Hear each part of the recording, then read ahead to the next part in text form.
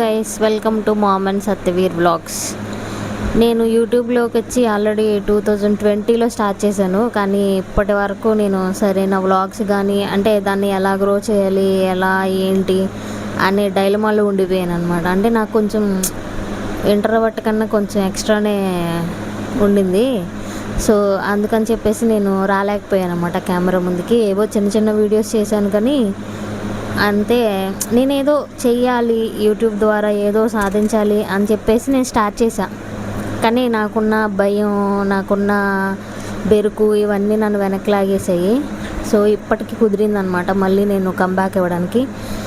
ఎందుకనంటే నా కొడుకు వచ్చాడు, నేను మళ్ళీ యూట్యూబ్ స్టార్ట్ చేశాను. మీరందరూ మమ్మల్ని ఆదరిస్తారని చాలా అంటే చాలా నమ్ముతున్నాను. నేను చిన్న చిన్న వ్లాగ్స్, వాడి లైఫ్లో జరుగుతున్నటువంటి ఏవేవైతే ఉన్నాయో ఆ స్పెషల్ మూమెంట్స్ అన్నీ క్యాప్చర్ చేసుకుందాము. ఎందుకనంటే నా ఫోన్లో ఉన్న ఎక్కడైనా సరే వాటిని నేను అంతా దాచలేనేమో అనిపించింది. ఇది ఒక మంచి ప్లాట్ఫామ్ అనిపించింది నాకు. అందుకని చెప్పేసి వాడితో ఉన్న చిన్న చిన్న మూమెంట్స్ మొత్తం ప్రతిదీ క్యాప్చర్ చేసుకొని నేను యూట్యూబ్లోను, ఇన్స్టాలో, ఫేస్బుక్లో వీటన్నిటిలోనూ సేవ్ చేద్దాము.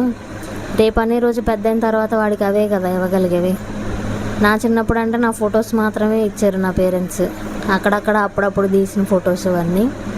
సో మొత్తం లైఫ్లో ప్రతి చిన్న మూమెంట్ని క్యాప్చర్ చేసి ఇవ్వగలిగేది నాకు తెలిసి అయితే ఇప్పుడున్న సిచ్యువేషన్ బట్టి యూట్యూబ్ ఒక్కటే.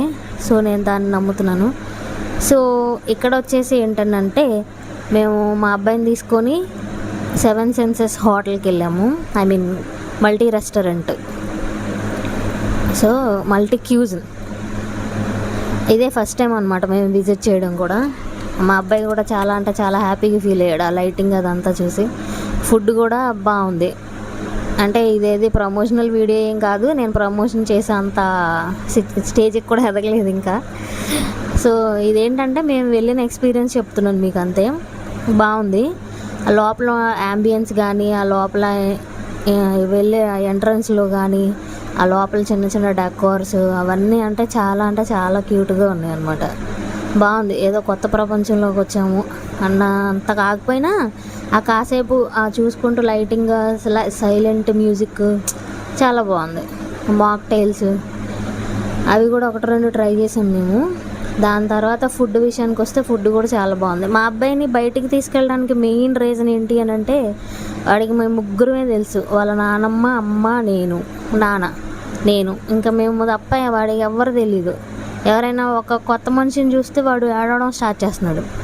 ఇలా కాదు, కొంచెం అప్పుడప్పుడు ఎప్పుడైనా మేము బయటికి వెళ్ళినప్పుడు హాస్పిటల్ ఇల్లు, చిన్నప్పుడు హాస్పిటల్ ఇల్లు హాస్పిటల్ ఇంతవరకే.